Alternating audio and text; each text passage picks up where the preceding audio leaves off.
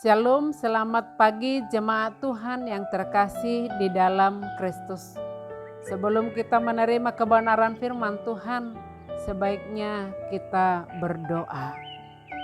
Terpujilah Engkau Bapa Allah yang memberkati kami sehingga memperoleh sukacita dan kesehatan. Biarlah kebenaran firman-Mu saat ini yang akan kami renungkan berkuasa semakin memperteguh iman kami sehingga kami mampu menjadi alat Tuhan.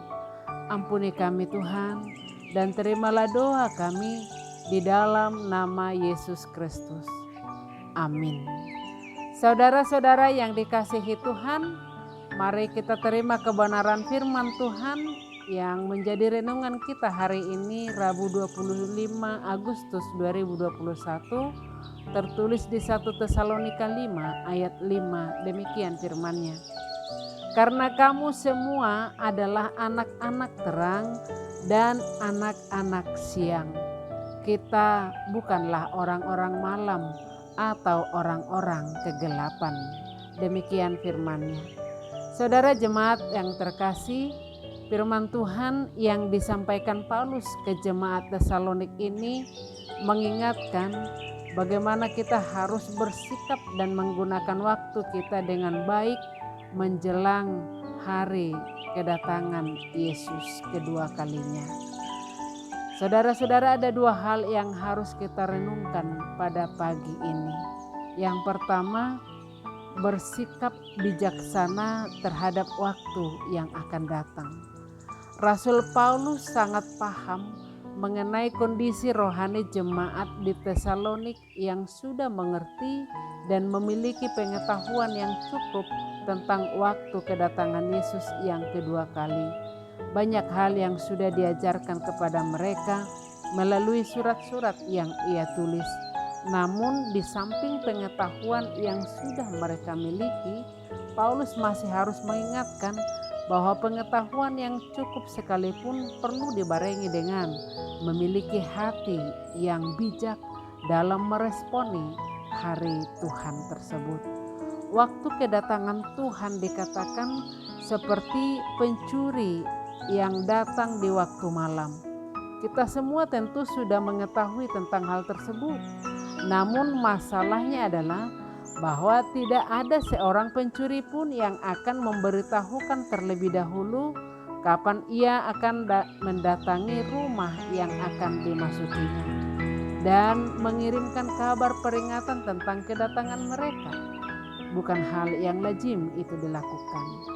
Saudara, di ayat 3 sebelum nas ini ditulis bahwa waktu kedatangan Tuhan dikatakan juga seperti seorang perempuan hamil yang ditimpa oleh sakit bersalin. Seorang perempuan yang pernah melahirkan pasti pernah merasakan bahwa tidak nyamannya rasa mulas yang dirasakan pada waktu itu. Rasa mulas itu melebihi rasa sakit perut apapun yang pernah dialami seseorang. Rasa mulas itu akan datang sewaktu-waktu, kemudian hilang. Namun akan datang kembali dan bahkan semakin intensif seiring dengan semakin dekatnya waktu untuk bersalin. Saudara yang dikasihi Tuhan, seperti itulah tanda-tanda kedatangan Tuhan yang kedua kali. Begitu gawat dan bisa terjadi secara tiba-tiba, kapan saja, tidak terduga. Sebaliknya, dunia justru menyatakan suatu keadaan yang damai dan aman. Suatu gambaran situasi dan kondisi yang sangat bertolak belakang, bukan? Apapun kondisi yang dinyatakan dunia, tetaplah memiliki hati yang bijak, selalu siap dan sadar bahwa Yesus bisa datang sewaktu-waktu.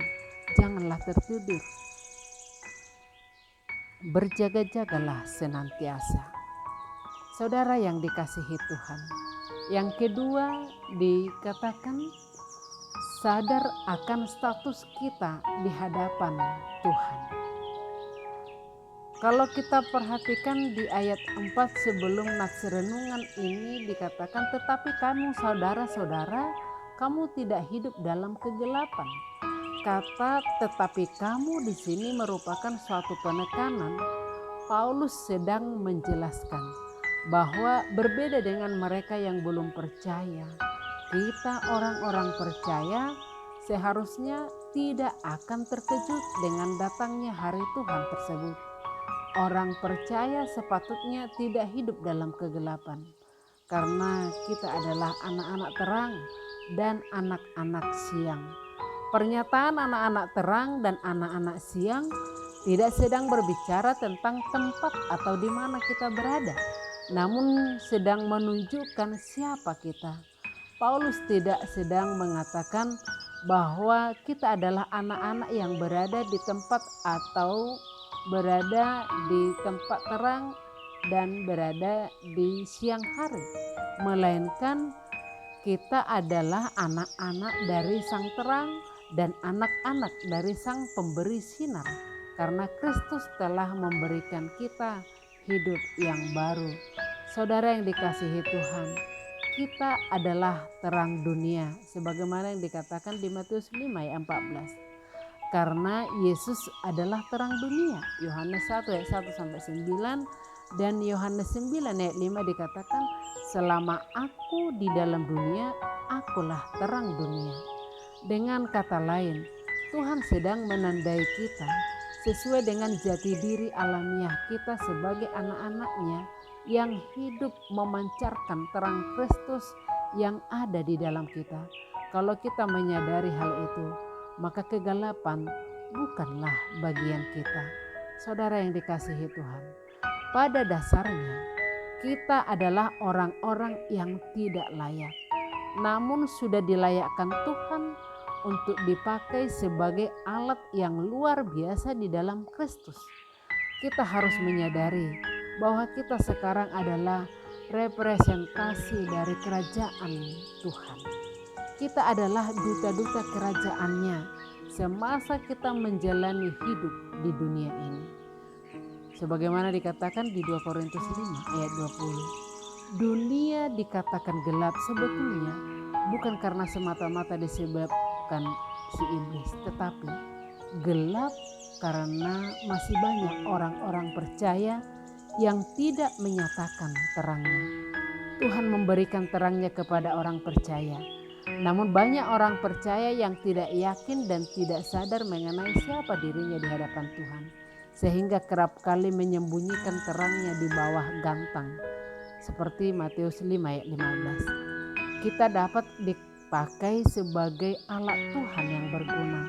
Salah satunya adalah apabila kita berjalan dengan kesadaran akan identitas kita yang sesungguhnya. Itulah yang membuat kita didapati tidak sedang tertidur ketika Ia datang. Saudara jemaat Tuhan yang terkasih, kita kembali diingatkan atas status kita sebagai warga kerajaan surga yang mempunyai tugas dan fungsi yang luar biasa di dalam Kristus. Kita tidaklah sama seperti orang-orang dunia yang ikut sama-sama tertidur, di mana seharusnya kita bisa bergerak sambil memancarkan terang Kristus. Kita juga bukanlah anak-anak malam yang hidup dalam kemabukan dan perbuatan gelap. Namun, kita adalah orang-orang percaya yang kedapatan sedang bersiap-siap menyambut kedatangan Yesus ketika kelak Ia datang menghampiri kita. Amin. Selamat berkarya. Tuhan Yesus memberkati kita. Shalom.